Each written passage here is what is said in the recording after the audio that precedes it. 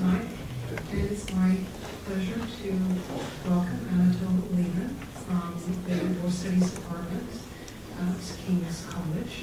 I think among academics, Professor Lieven is somewhat unusual in having been out in the real world for most of his career.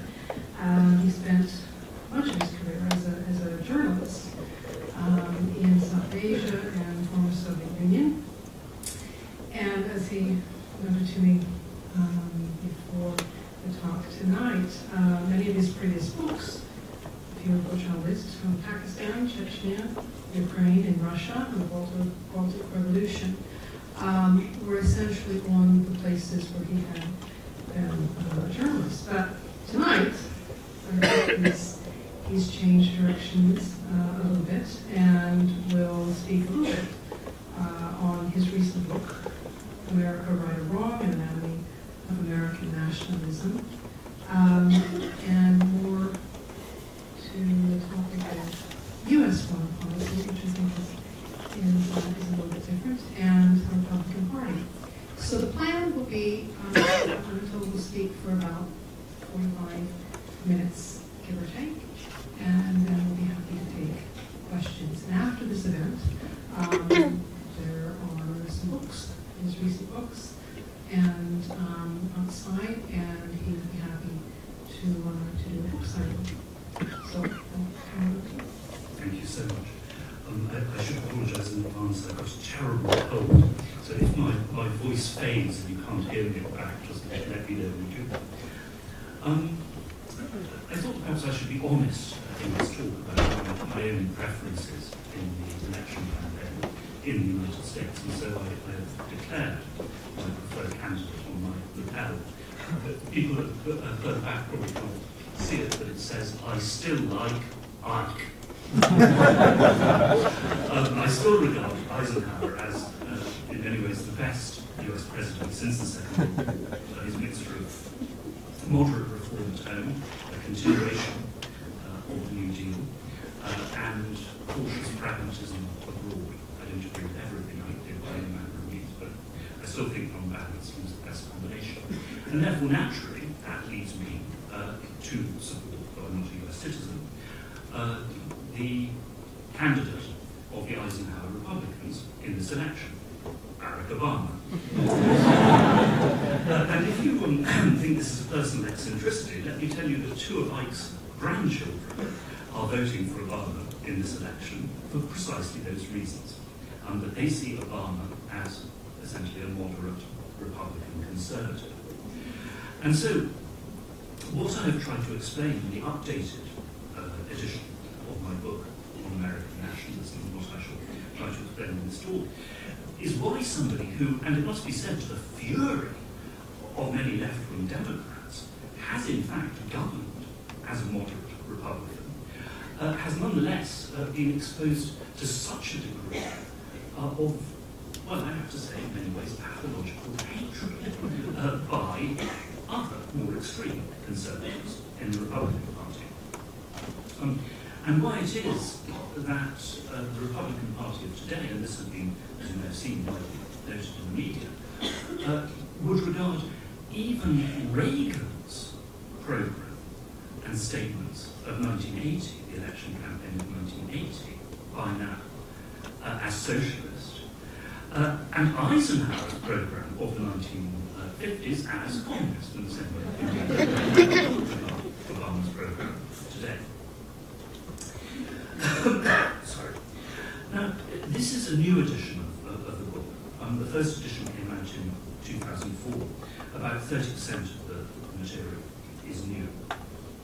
When I wrote the book in 2003-2004, it began as a study of the deeper historical and cultural roots of the American response to 9/11. Why the Bush administration acted in the way that it did, and why it was able to garner support not only of its own core supporters, but wider groups of Americans, including for a while men within the Democratic Party. As I researched it, however, I found myself essentially going further and further back in American history, deeper into American culture. and examining features which in certain respects, or certain features, go back not just to the foundation of the American Republic and beyond, but to the foundation of the English colonies in North America and beyond. In other words, you come back to the Protestant England in the 16th century. The new edition of the book retains all that, but looks at the further radicalisation of the Republican Party since then, and increases what was already there in the original edition, takes it further, a look at the historic decline of the white middle classes, large sections of the middle classes, in recent decades. And of course, when one talks about middle classes in America, in American terms, this includes something for which we no longer have a politically correct term, I'm afraid.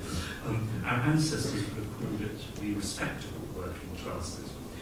In America, of course, that has often been read as essentially meaning the white working classes. But anyway, I mean, it includes what in the past would have been called the working classes in Europe, as well as the middle classes.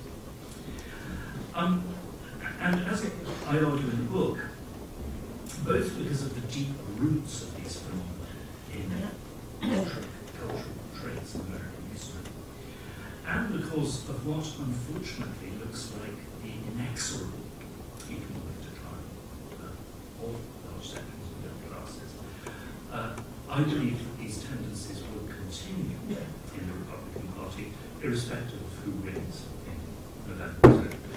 This book is not a bet on one side or the other. Of course, I will take bets, but for a heavy fee.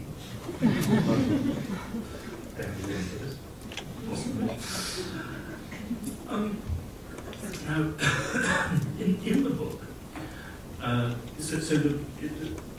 first edition of the book was about foreign and domestic policy with a slightly greater weight towards foreign.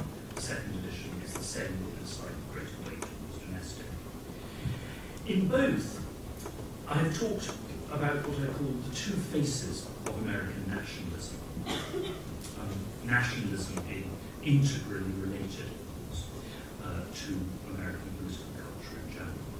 And I call this, not an original phrase of mine, the American nationalist thesis and the American nationalist antithesis. And I make a comparison. I don't know whether the Indians have noticed it. It went down questionably in France, not well at all in America. But I make a comparison here between America in this regard and France and India. In that, in France since the revolution, in India since independence, there has been what might be called an official nationalist discourse and line, which has stressed the nations concerned as the carriers of and embodiments of and supreme exemplars in at least their parts of the world of universal values. In other words, universal values of democracy, republicanism, certain forms of cultural pluralism, as embodied in French and Indian institutions. This is American civic nationalism, rooted in what has been called the American creed, a phrase originally coined by G.K. Chesterton, an Englishman, but later taken up by many Americans. The American creed meaning faith in America's democratic judicial institutions, but also implying that in America, this faith, this civic nationalist creed, has an almost religious force. And Richard Hofstadter, famous American historian of the 1950s and 60s, wrote that it has been our fate as a nation not to have ideologies, but to be one. In other words, to a greater extent than almost anywhere else in the world, America has seen itself as embodying a certain set of political ideas.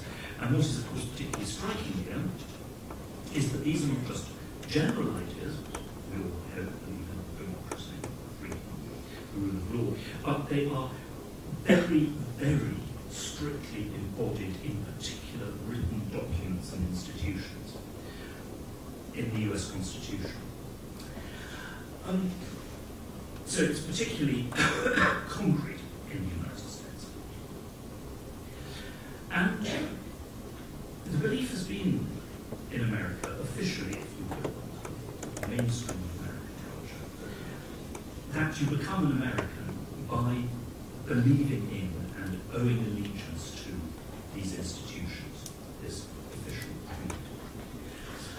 And indeed,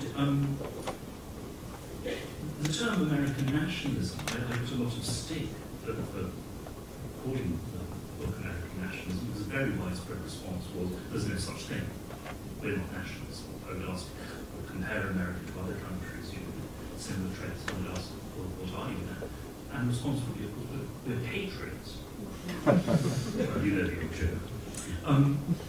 Curious thing is that from the 1890s to about the 1950s and the 60s to some degree, not merely was the term American nationalism very widely used within America, but it was used in a positive sense. This business of American nationalism, nationalism having pejorative connotations, was not present. And that was because progressives in the United States, and quasi-progressives, if you will, Teddy Roosevelt, promoted this idea of a civic American nationalism based on the American creed, precisely as a way of integrating and assimilating these enormous waves of immigrants from other cultures who came in the later 19th century. So this form of American nationalism was seen as positive. Now, the comparison with France and India is that at the same time in all three countries, more formally and explicitly in France and India, in a looser sense in the United States, there has always been a different view, either explicitly in contradiction to the first, or implicitly, which says that it isn't enough to believe in or owe allegiance to institutions. To be a true Frenchman, stroke Indian, stroke American, you also have to possess a particular kind of culture. Initially closely related to ethnicity, but with time somewhat divorced from ethnicity, but always related to culture, very often to religion, and always, of course, closely related not just to what you are, but equally importantly to what you are not. So you see since the French Revolution this trend, which of course, it doesn't stay the same, it develops over time, it finds its embodiment in different parties and movements and different sets of enemies at different times. But which says, to be a Frenchman, you have to be initially, of course, a Catholic, that was the old line, and then that changes, then Christian. Today it seems that to be a Frenchman, basically you have to be not a Muslim for this side of politics. In India, of course, this sentiment is embodied in the BJP and more extreme groups associated with it, or even further to the right, the belief that to be a true Indian, to be a reliable Indian, in other words, the person who will stick by the country when things go wrong, and who will not betray the country from within, you have to be a Hindu, or at the very least, you have to be not a Muslim. Now, in the United States, there is a difference, which was remarked by Gunnar Myrdal in the 1940s. It's been perhaps best analysed of all by a great, I'm sorry to say, beyond narrow circles of academia, almost forgotten American thinker, Lewis Hartz, who wrote Liberal Tradition in America in the 1950s. And what these writers have brought out is that in the past there was a great difference in America, between America and other countries in the world, which is that this emphasis that to be a true American you had to be a particular kind of person, which meant always, of course, white. But originally, and to a degree still, other things in terms of culture as well,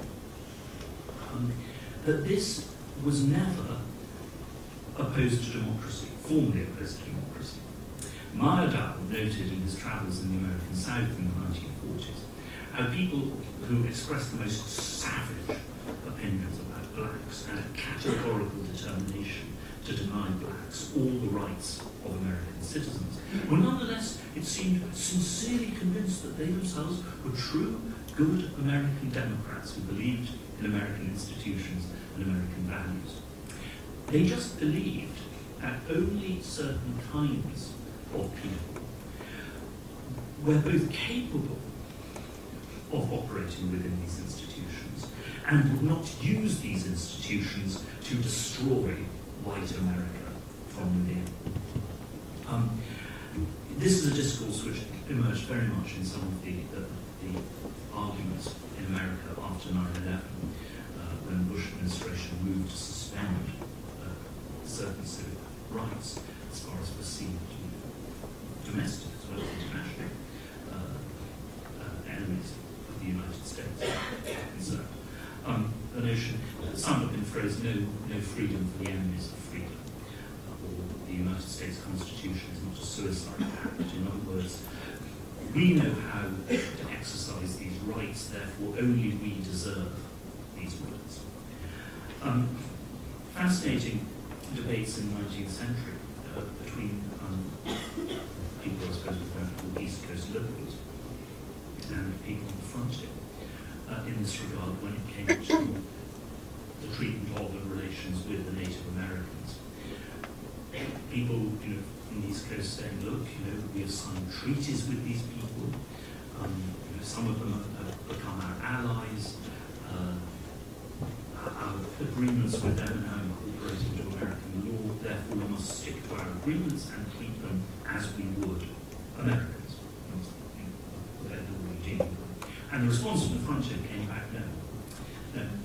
You can say this, from New York or Boston or whatever, but if we do this, they have no understanding of our laws, they hate us, they will use this, any rights and freedoms we give them, they will use to destroy us. Therefore, they must be either killed or crushed so utterly that they can pose no further conceivable threat. Aside, I said that in the past there was a difference here between the United States and Europe, for example, and India, in that these culturally nationalist tendencies or racially nationalist tendencies elsewhere in the world, in the past, were always also explicitly authoritarian and anti-democratic. In France, belief either in the restoration of the monarchy or in the creation of some new kind of authoritarian military state. Hindu nationalism in India in the past was also very much associated with ideas of leader worship and authoritarianism. That seems now to have changed elsewhere as well. If you look at discourses in Europe, it's all explicitly about defending democracy, but defending democracy against alleged domestic fifth columns of immigrants, of Muslims, of others who supposedly do inherently hate democracy and will use democratic rights to destroy democracy from within. But Le Pen, Wilders, all the others, they all say that no, we're not against democracy, we're defending democracy, something that their ancestors would not have said. Now, in America, this tradition gave rise to what Hofstadter called the paranoid style in American politics. By no means everybody who has these feelings has a full range of paranoid attitudes to go with it, but certainly I think if you look at some of the beliefs now directed at Obama in America, they could well be called paranoid rather than rooted in evidence or fact. And Hofstadter traced these tendencies once again far back in American history and culture. And in my book, I describe this tradition as having three principal roots, all of which I think it's evident are very much alive today, although not, of course, in unchanging form. They've changed, they've developed very much over time, but I would say organically, that they retain in many ways an organic connection to their origins. The first is the fear of the self-perceived core US white populations. And of course, this is a radically changing group over time, faced with a combination of immigration by different peoples and economic and social change. And when I say that this perceived core has changed greatly over time, this is exemplified perhaps best of all by the Irish. Some of you may know the savage phrase used by many old Protestant Wasp Americans and Scots-Irish, Ulster too, people of Ulster origin, when masses of Gaelic Catholic peasants started arriving in the middle 19th century. You know what they were called? White niggers. So that was the feeling about Catholic Irish then. Of course, 100 years later, the Irish had moved very much in their own perception, and that's everybody else, into the core white population, and of course had done so by a mixture of assimilating to American values, but also, of course, stressing their difference from later immigrants, and above all, of course, from people of different race. There's a very good book by Noel Ignatieff called When the Irish Became White, looking at how the Irish stressed their whiteness precisely so as to try to make their way into that core population and distinguish themselves from the outsider. This is the first set of origins. The second, of course, is the specific fear of blacks in the white South and the desire to keep them in either open, categorical, or somewhat veiled forms of subjugation. And of course, in recent decades, modified forms of this fear have also spread to large parts of the white North, with the busing issue in the 1960s providing an early catalyst for the spread of these attitudes. And once again, historically, though it's not an issue today, this was linked historically to a fear on the frontier of Native Americans, or Native Americans as they were then called. And it's very interesting that if you see some of the sort of popular chauvinist publications in America in the later 19th century, just how much the Indians were still also being used as hate figures among blacks as part of this business of bringing together white America. And finally, the third historical element are the fears and anxieties of American conservative religion in the face of cultural change. A phenomenon which one can trace back to the 18th century and which is closely associated in America since then with a distrust of sections of the American elites. One argument about the American Revolution was that it was inspired, at least in part, principally in part, by a fundamentalist Protestant, sectarian Protestant, dislike and fear of the Episcopalian Anglican establishment, viewed, of course, by the fundamentalists as crypto-Catholics, and of course, upper class compared to what Thomas Jefferson called the honest South and West, the own farms of the frontier. These three sets of anxieties obviously overlap to a considerable extent historically, but they're not, of course, identical. People are more influenced by some, or not influenced at all by others, and so on. And as I've said, they develop organically over time. Now, today, of course, you see in the phenomenon of the Tea Parties and its support, several of these anxieties once again coming together, albeit in veiled ways. And what I think the Tea Parties, as their antecedents, reflect is that sections, very large sections of the white middle classes, have a sense of themselves as what Walter Russell Mead, one of the most acute American analysts of these tendencies, describes as the sense of themselves as a folk. And when Walter uses this phrase, it comes reasonably fairly close to folk in the German sense of Volk, that's to say a people, or the people. And Russell Mead's argument is that in a loose sense, a looser sense than before, there are a set of cultural values which these sections of American society expect you to have or adopt if you are to be fully accepted as middle class, and therefore in a certain sense fully accepted as American. What Walter brings out, once again, is that this has changed greatly over time. Especially perhaps when it comes to colour. Obviously American attitudes to colour have changed greatly, or Obama would not be president of the United States today. On the other hand, I myself was not surprised that, within a fairly quick period of time, a black would be president of the United States. What really surprised me was that the first black president of the United States was not a retired military veteran. Now that was partly because, of course, Colin Powell could have had the Republican or the Democratic nomination for the asking. But it was also because it is above all military service, more than anything else, which has allowed blacks and some others to gain a measure of acceptance by the conservative white middle classes. In other words, it's no longer about colour to the same extent as before, not to the same extent colour is still there as a thing, but by God, it is still about culture.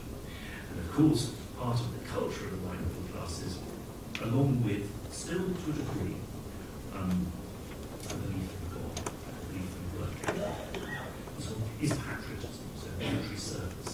And the Irish, of course, use prominence in war as perhaps their greatest argument for becoming good Americans.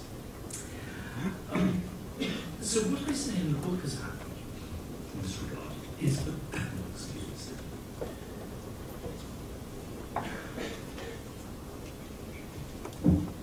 Is a transformation of America from what I and others have called a Herrenvolk democracy, a master race democracy, admittedly with the definition of exactly what the master race was changing over time. Benjamin Franklin excluded the Swedes and most of the Germans as insufficiently white. So clearly things have changed from that point of view. But a move from Herrenvolk democracy to what I call civilizational empire. And I make parallels between America in this regard and the Roman and Chinese empires in the past. Great assimilating empires who would bring in people of totally different ethnic origins and turn them into Romans and Chinese, and only, of course, if they cease to be barbarians and adopted imperial culture and worship of the imperial gods. We see that still very much present in the United States. And here, of course, with regard to Obama, I mean, naturally, his colour has awakened many of the old, atavistic, unchanging white American fears. But these cannot be publicly expressed to a great extent, and even perhaps in many people cannot be admitted fully even to themselves. So what it now comes up as is doubts about his culture. Is he a Christian or is he a Muslim? Is he a believer or is he an atheist? And so forth and so on. And from that point of view, in the past, and still to a considerable degree, very considerable degree today, in many parts of the United States, one of these American values, middle-class values, which was necessary to espouse if you were going to be accepted, was religious faith and religious practice. And in certain ways, it must be said, this has actually become more so in America in recent decades than in the past. I don't really have time to go into this, it's a complicated theme, but it's been rather widely remarked that most probably neither Abraham Lincoln nor Thomas Jefferson could be elected president of the United States today, given their open religious agnosticism, or at least pluralism. Whereas, Obama has, like every president before him, however, totally unconvincingly, in recent decades, have had to pretend again and again, or not sincerely, practice their religious faith in terms of church and be seen to do so.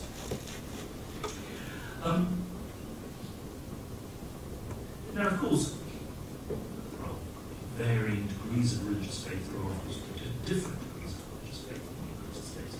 But certainly, if you look at certain areas of the South and the Midwest, and certainly if you look at core groups of support of the Republican Party today, you can trace certain continuous historical lineages going back, as I've said, once again, not just to the 18th or 17th century, but even to the 16th century. And among them are certain forms of class resentment and, of course, the association of certain forms of Protestant religion with certain forms of nationalism, proto-nationalism, certainly at least a strong belief that God's new Israel, for the phrase applied, England in the past, Scotland, Holland, and always the United States, is surrounded by a variety of different kinds of enemies, and to destroy it. We represent God and Christian civilization against this. Of course, in England and Scotland, the alien enemy was the Irish Catholics. The Scots-Irish, Ulstermen, who took so much of this tradition over to America, transferred the attitudes and indeed the language straight from the Gaelic Irish to the Red Indians on the frontier, the language of the Amalekites, the Philistines, and we represent the Protestant God of war from the Old Testament, who is out to defeat and exterminate these people. And in large parts of the United States, these forms of religion have had a tremendously shaping effect on society from the very beginning. I'm going to this. If you look at the history of the American frontier to a considerable extent was civilized by religion, by the churches, rather than elsewhere, in Canada, for example, by the state. And religion has always played a very important part in American politics. It appeared to go away for about 40 years in the mid-20th century, but thereafter it returned with a vengeance from the 1960s in reaction to the growth of the counterculture and the sexual revolution. And since the 1960s, one has seen all the three strands of this tradition in the United States that I have described coming together. There is the religious reaction against forms of cultural change which were regarded as, frankly, diabolical. And by the way, I mean, from this point of view, I think it is worth remembering that, American society today is described as particularly polarized.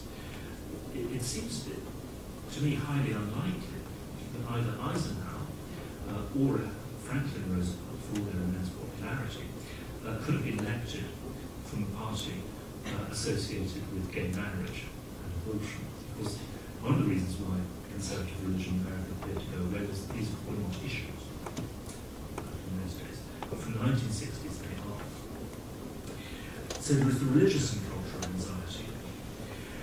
There is racial anxiety, initially due to civil rights, and then, as I've said, extending to large parts of the white North, and now focused in part on Obama and attempts, even successful in section of the population, have been made to associate Obama with the Black Panthers, with the hate and fear figures of radical blacks in the past.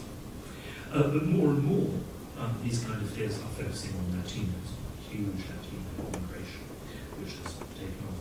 And another key date, from the point of view of these new waves of radical white conservatism in the United States, is that from the mid-20s to the mid-60s, unusually for American history, there were fairly severe restrictions based on immigration. These were then abolished in some parts 50 years of open immigration. And finally, not since the 60s exactly, and then of course, from the point of view of nationalism, patriotism, defeat in the Vietnam War, and the emergence of large numbers of Americans for a time, who were seen as actually sort of opposing America from within, an old, of course, fear of fifth colonies was awakened. And finally, most important of all, and more important as time goes on, there has been first the stagnation, and then the steep decline of white middle-class incomes, post-white middle-class incomes, especially, of course, as far as men are concerned. Since 1970, the median male income in the United States has dropped by more than 28%. Pretty savage. And of course, in recent years, after a period of slow decline, it has declined. Now, this was masked for a long time by the entry of women into the workforce, by people having smaller numbers of children, and then by the credit boom. But in recent years, the mask has dropped, and there is a very widespread understanding that the American dream is in fact no longer working, and that the American way of life is under threat.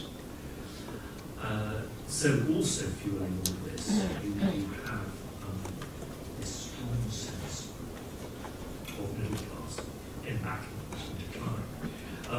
And what of course is so worrying about this is that, as has been widely remarked, some of you may have seen Ed Luce's column in the Financial Times last week, even when the economy as a whole is growing, it is not benefiting the mass of the population in the same way as in the past.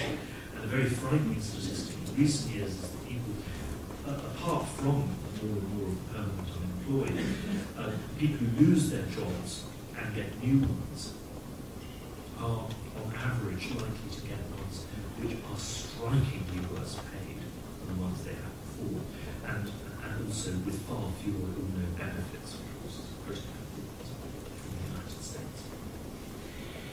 Now, a matter of great puzzlement to many liberals on the left is the fact that as far as large parts of the white middle classes, embracing what I've said, working classes, that their reaction has been garnered above all not by, although the anxiety, the fear, the resentment may come originally largely from economic factors, the response has not been in terms of economic protest or adopting rational, quote-unquote, economic responses or supporting candidates with these responses, but it has been expressed above all in terms of cultural resentments, directed, of course, above all at the liberals who supposedly dominate the Democratic Party.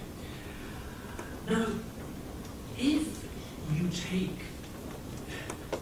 the American middle classes as working classes in the UK, European working classes in the UK, which I have to say a large part of the American liberal analysis does, and of course the European analysis automatically does, and this doesn't indeed seem puzzling by historical standards. If you take them at their own self-description as middle class, and then think of them as lower middle class, then of course this doesn't look nearly so well in historical terms or by comparison with Europe. Because of course, if you look at lower middle class politics in Europe, of course, in the later 19th century and the first half of the 20th century, and perhaps once again today, lower middle class is out,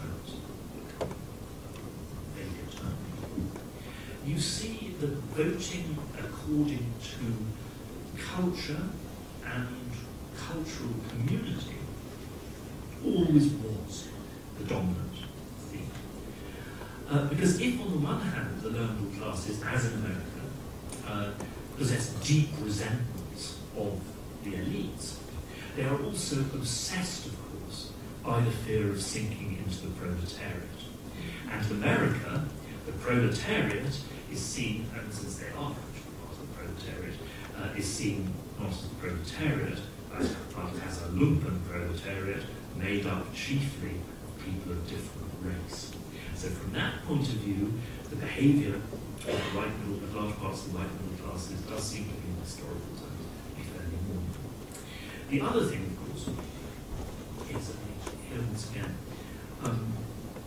much of the left liberal analysis of the power of religion in America has been, that religion doesn't really exist in its own right, it's a proxy for other things, and in the crudest version, that conservative religious beliefs in America are essentially as ignorant hicks being manipulated by global capitalism. And I have to say, as a historian and a kind of anthropologist, I see things very differently. I don't wish to say anything about the truth or otherwise of religion. We've all known that in 100 years. Personally. What I think is clear is that if religion is a proxy, it's a proxy for so many other things that it could be called a proxy for life itself, or a proxy for community. That's said in many parts of the world, and certainly in many parts of the United States. Religious faith is so bound up with people's idea of what is the good life and the good society, so bound up with cultural traditions, so bound up with senses of community, and of course, so bound up with whatever community actually exists, given the decay of other forms of community organisations, that it is in fact inextricably bound up with local politics, local society, and so forth. These forms of religious faith have clearly contributed, well, and the growing distinction since the 1960s between them and the beliefs of other parts of the population have contributed enormously to the polarisation of American society. This was summed up very well by the landlady of mine in Washington, a fundamentalist, born-again Christian, who said to me one time, she was a sweet woman, said to me, I don't want to offend you, but if somebody doesn't believe in God, I just can't trust them in any other way. And if you really believe that, and you believe that somebody who doesn't believe in God, or who promotes certain kinds of satanic behaviour, is going to hell, well, the idea of reaching a rational compromise with them over tax reform or something is possible. So one should never underestimate the power of conservative religion in America as a driver of polarisation, particularly, of course, since the 1960s, given these very concrete, specific issues, it has become less and less possible to blur the gaps with sort of more softer forms of religion. So to conclude, Stephen, I've got a couple of questions. Can the American antithesis, American radical conservatism, win outright? No.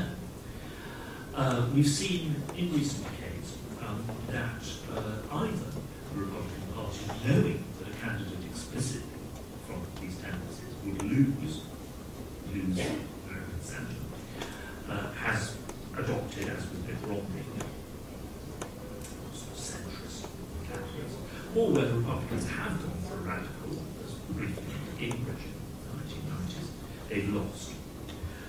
And even George Bush, who was probably closer to this one than any other American president, won in 2000 as an apparent centrist, and won in 2004 in the very special circumstances of post 9/11.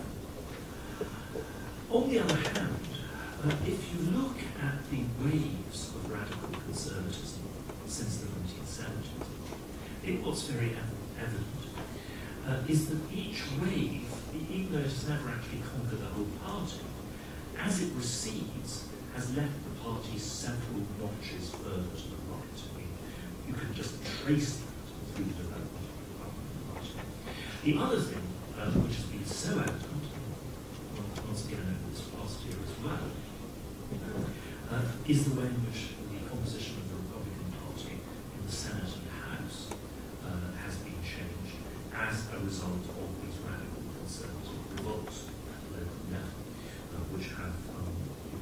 included knocking out some of the most distinguished figures of moderate Republicans, Senator Richard Lugar.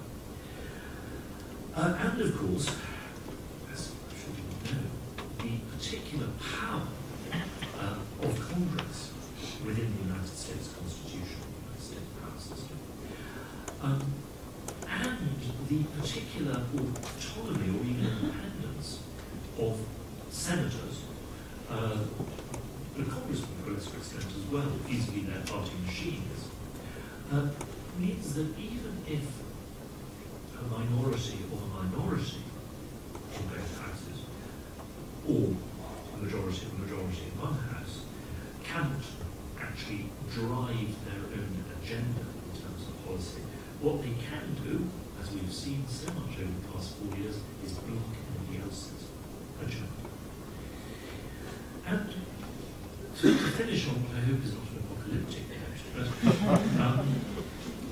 but there's a very good book by Paul Boyer about, actually, not just fundamentalist religion, but apocalyptic religion in America and its effects on politics. And he says in the preface that, having studied his tendency for many years, he thought he should put his thoughts down on paper while he was still comparatively sound in mind. So forgive me if apocalyptic tendency has gained too much of a grip on that.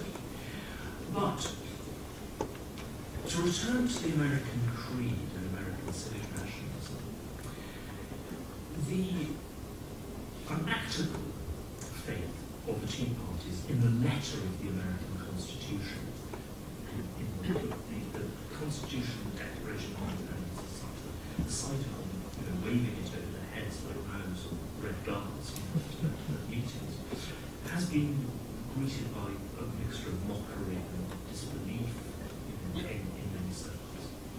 And of course, I mean, it is due principally to one is the way in which this faith has been reinstilled in all Americans as part of the civic nationalist creed.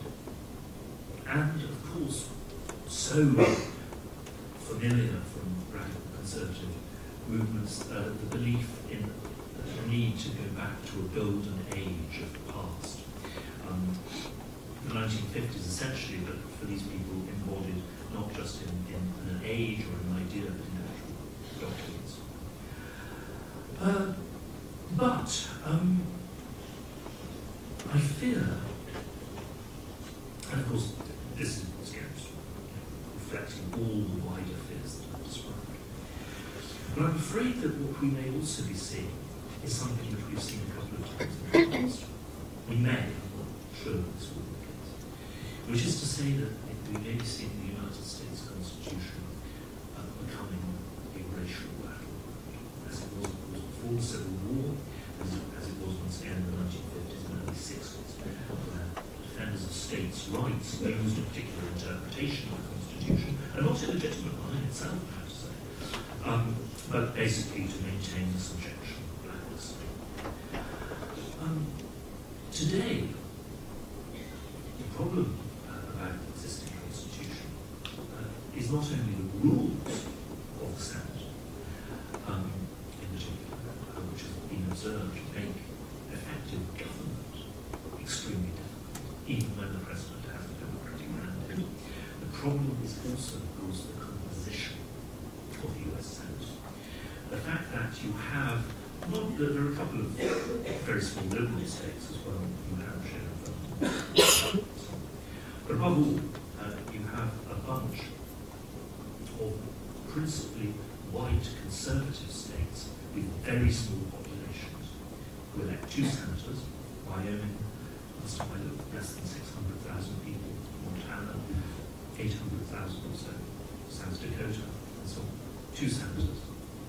California, almost 40 million people, largely Latino, 2 senators, and so it goes.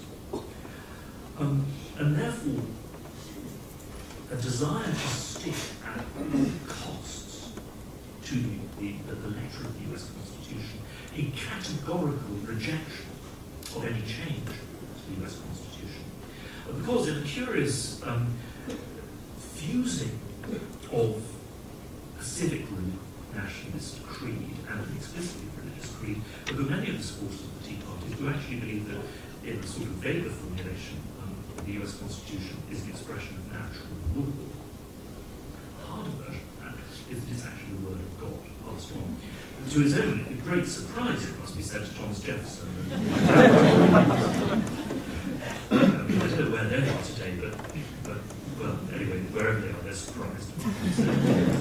But anyway, my fears are correct, and I very much hope they will not be fulfilled from this point of view. You could have a situation in which this absolutist sticking to the Constitution becomes more and more openly a sticking to white conservative power, or at least absolute power, but white conservative power in critical aspects of the American system, in a country which, after all, by the middle of the century, the demographer will have a non-white majority. And it seems to me a profoundly worrying picture for the future, particularly if large parts of the white population are coming further and further under economic pressure as a result both of inexorable global tendencies, but also the inability of the American system itself to do anything to protect them. I hope this will not be the case, but I think that there are sufficient grounds to worry about it. Thank you.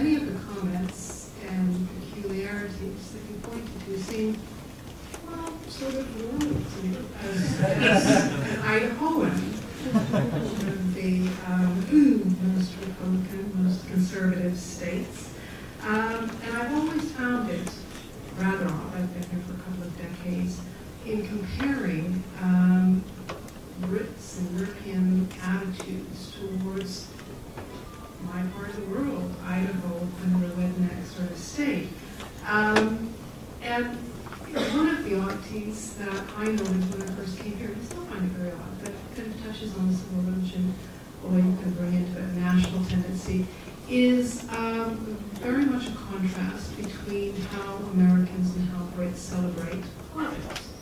Americans have themes for their holidays. So you have Thanksgiving, you know what you're supposed to do on that day, give thanks to whoever, get your family together. 4th of July, wave the flag, Memorial Day, Labor Day, and here we have bank holidays. It's always puzzled me what one is supposed to do on a bank holiday. Celebrate the banks. Celebrate the banks. There you go. And to my mind, it provides glue for Americans. It serves a useful purpose.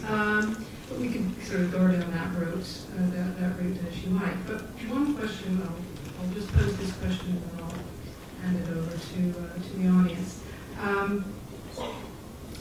You comment on a sort of a timeline of the role for our civil religion in American politics as going through a trial and sort of resurrecting itself in the 1960s. To my mind, it more is a product of two features. One, the Reagan years, and his reintroduction of religion in American politics. He was the first American president to habitually put the tag, which is now an absolute must on presidential State of the Union speeches. They must always close with the words, "God bless America." And so he had a certain reintroduction for religion in American politics. But at the same time, you also then had, and I'm surprised you didn't comment on this, given your previous work, the dearth of the famous enemy, the Soviet Union. I think it was Gromyko, the foreign minister of the Soviet Union, had said rather famously that the Soviet Union was going to do a terrible thing to the United States. It was going to deprive it of an enemy. And so you no longer have, since the late 1980s, a common agreed upon enemy. So you had the glue of capitalism versus the enemy of communism.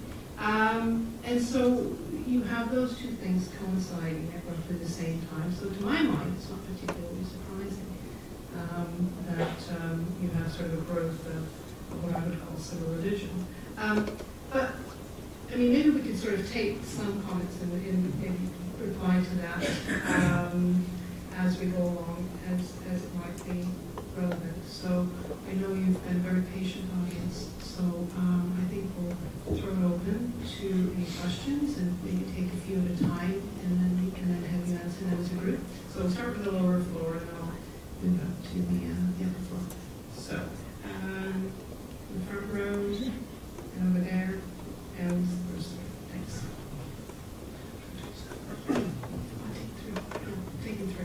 Sorry, can I just ask, do you think the Democratic Party, either consciously or subconsciously, is also pandering to the fears of your declining white middle class? I mean, like, if you pick up some of Obama's campaign themes in the battleground states, they seem to me to be addressing a lot of the things that you've just discussed.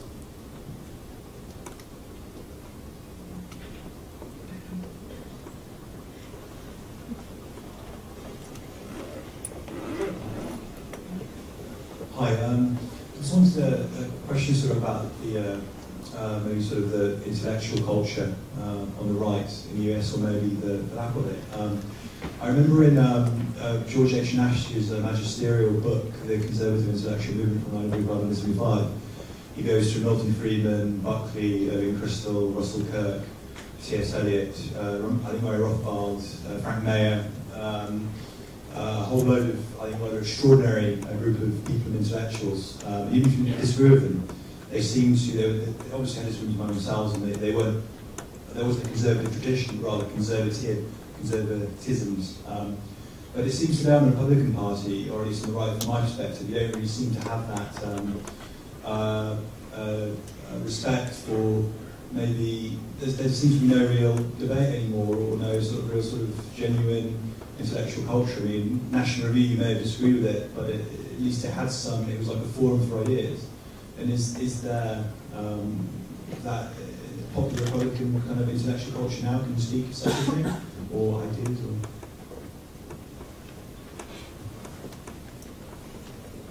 Thank you. It seems to me that one of the most predominant strands in American the election rhetoric that's going on now is distinctly anti-globalists, whether it's Romney wanting to label China a currency manipulator, or whether it's the Obama campaign attacking Romney for outsourcing jobs to Asia. To what extent can we dismiss this as just election rhetoric, or are we really witnessing in terms of a more protectionist, mercantilist type of political economy?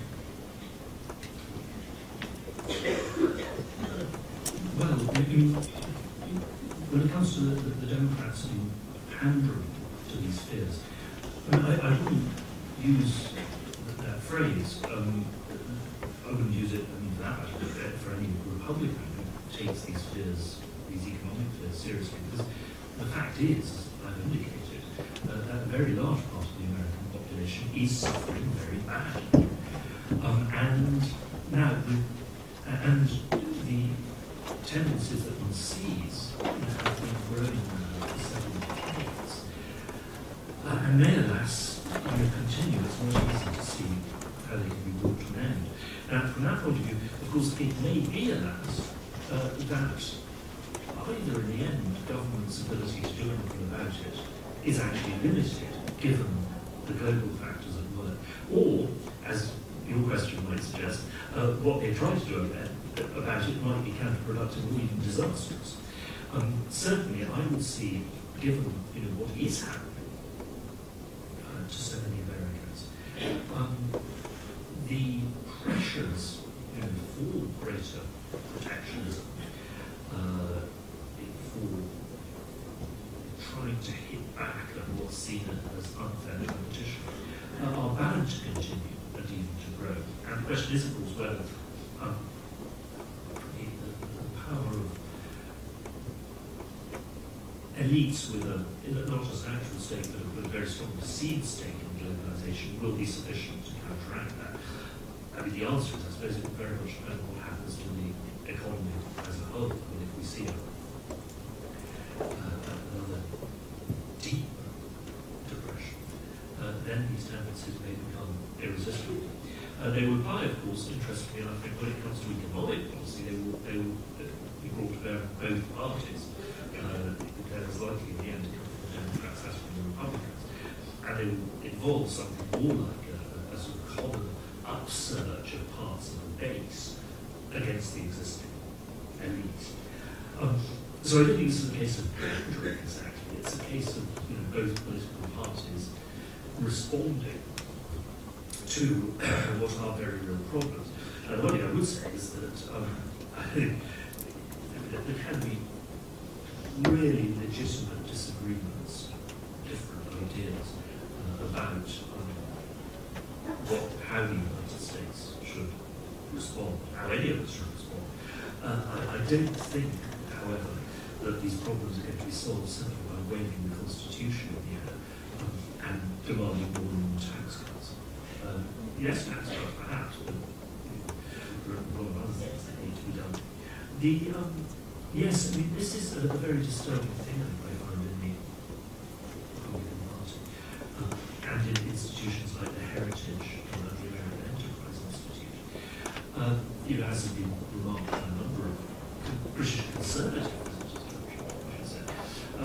the degree of ideological conformism within these institutions is now, pretty terrifying.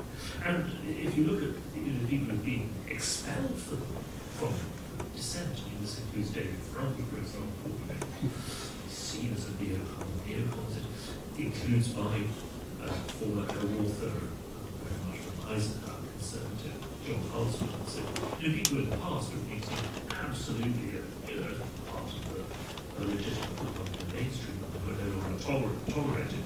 And you see in domestic policy, David Brooks, in foreign policy, people like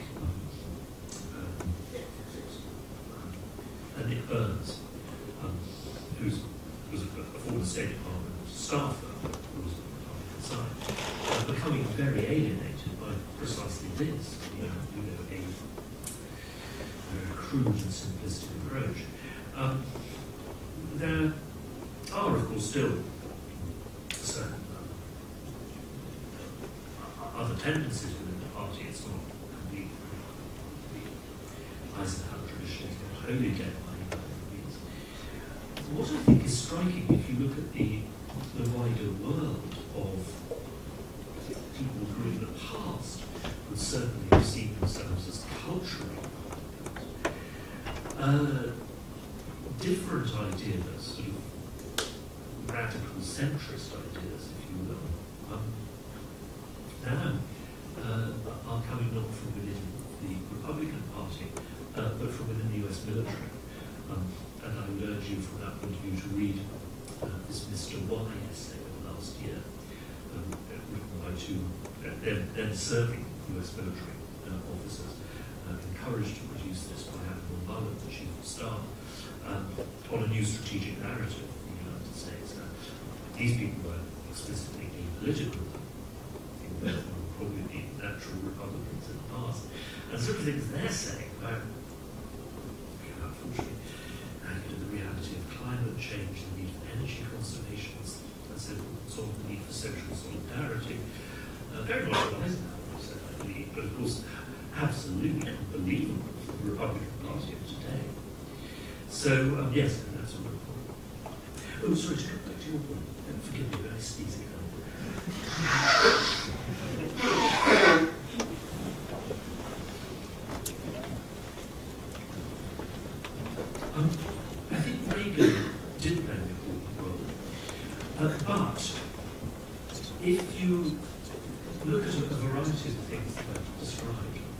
Reagan, of course, like so many of the sort of new Republicans in the 1980s, was an ex-Democrat.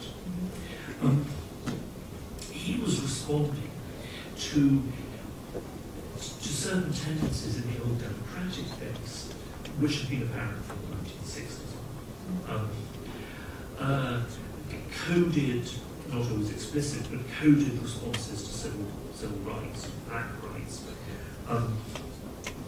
deep hostility to the counterculture, and of course a deep desire, conscious or unconscious, to put back together America's civic religion and faith in the US and America's mission, which had been so badly dented by Vietnam.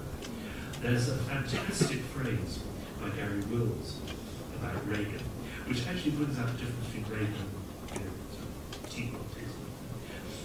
Reagan, the demagogue has rabbled smoothly, not looking up at you. Everything's fun, America is great, and so forth and so on. Now, when it comes to, yes, I mean, Reagan, God bless America, and so forth, religious language.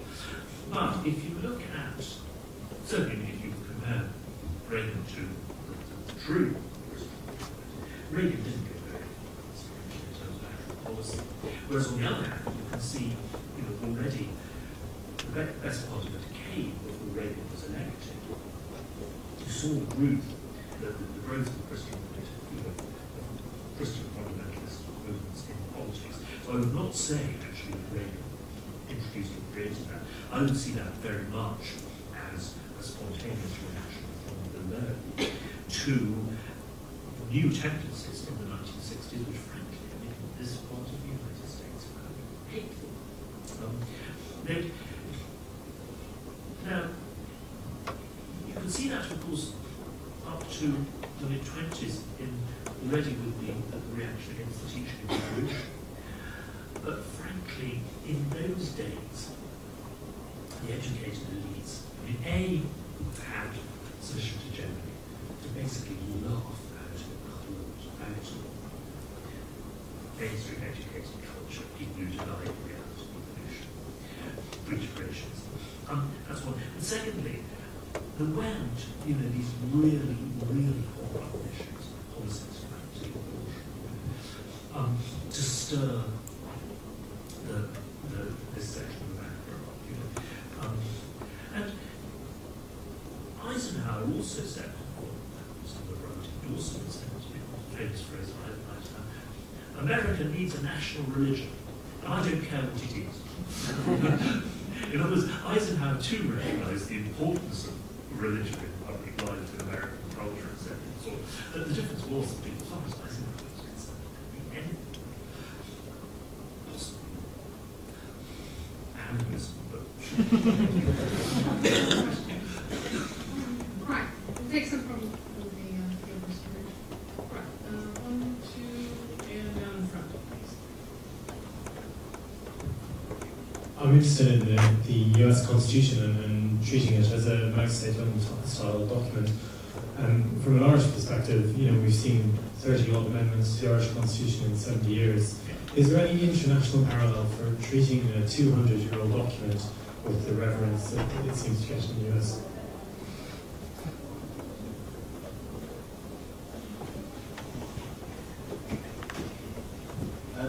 You mentioned the question of a number of small conservative states, and as large popular states like California and New York. Are there actually any proposals to alter the composition of the Senate? I'm not aware of any myself, but is this becoming an issue in American politics? There is a blocking minority, if you like, of conservative states, with just a small and diminishing fraction of the population. The other question is, how does the link between the decline of the American middle class play with the relative decline of the United States in world politics, which it was facing really for the first time in its history? That seems to be a rather combustible combination.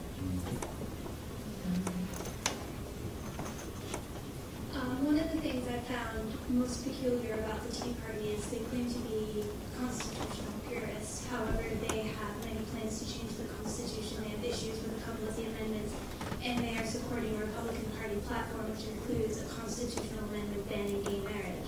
So how do they reconcile this sort of divergent attitudes towards the Constitution? Well, it was Humpty wasn't it? He said that he could believe half a dozen completely incompatible things before breakfast. I suppose we all do. The Tea Parties just do it more. I mean, yes, it's weird. I mean, as is precisely, after all, yes, the American Constitution itself was amended in the past. I do see this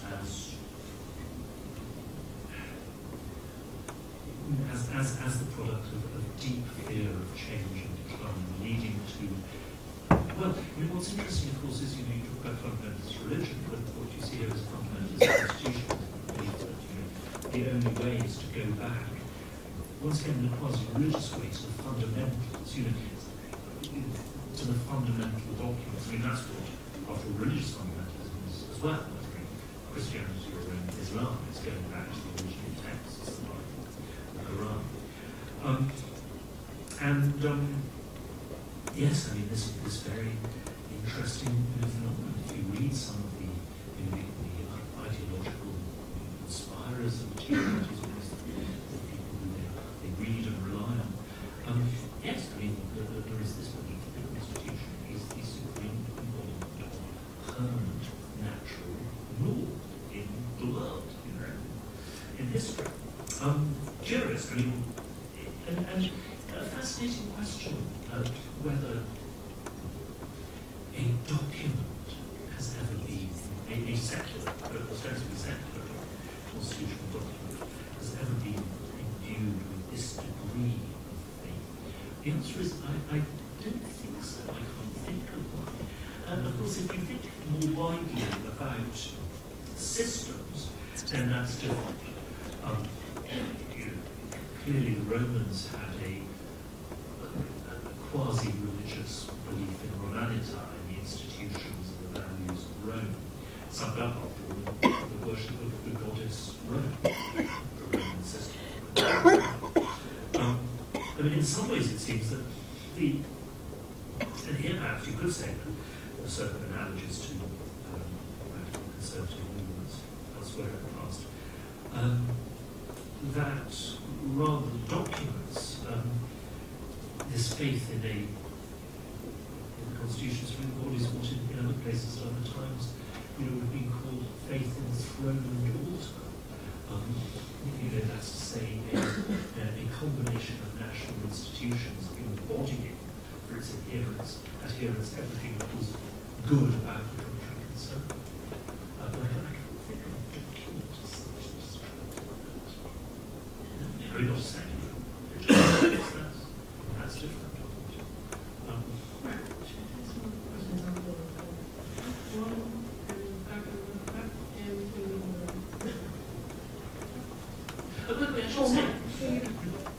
It's not a bad document. No, it's a very good document. But just change it a bit, improve it. A Brit would say that as an Yes. the ever flexible British Constitution.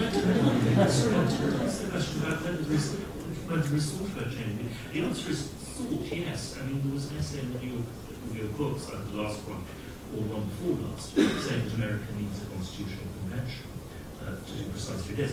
I have to say that every American political analyst, I mean, the response was never going to happen.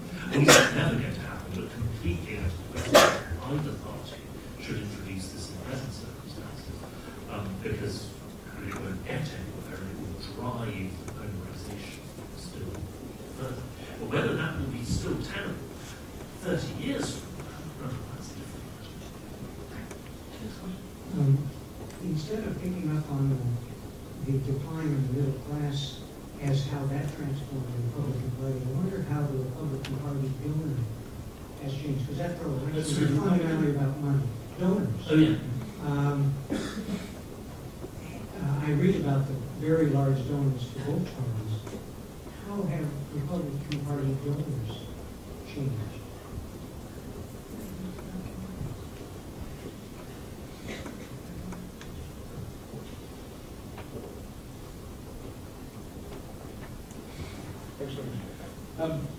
Can I just make a comment on the fact that both Mitt Romney and John McCain were perceived as being on the left of the Republican Party spectrum, and that the Tea Party appears only to have a limited effect, with respect to the current House, and also that given the demographic factors, but the Republican Party has little to gain from being obsessed with these areas, in the sense, that is, that if they won't be successful, then they've got to aim for the elusive middle ground in those hard to define.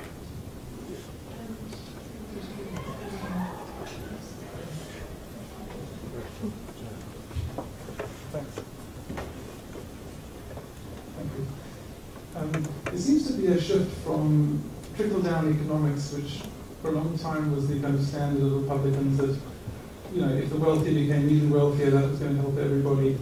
That seems to be shifting towards kind of Ayn Randian extremist view, whereby large segments of the public are seen as basically a drain on the good guys, so the entrepreneurs and so on. I mean, Romney said this not intentionally publicly, but he didn't climb down from this. A number of other Republicans openly endorsed this view. Do you see this as a reflection of a kind of fear that the middle classes will not be able to pay their way, and are basically a fear factor to the elite?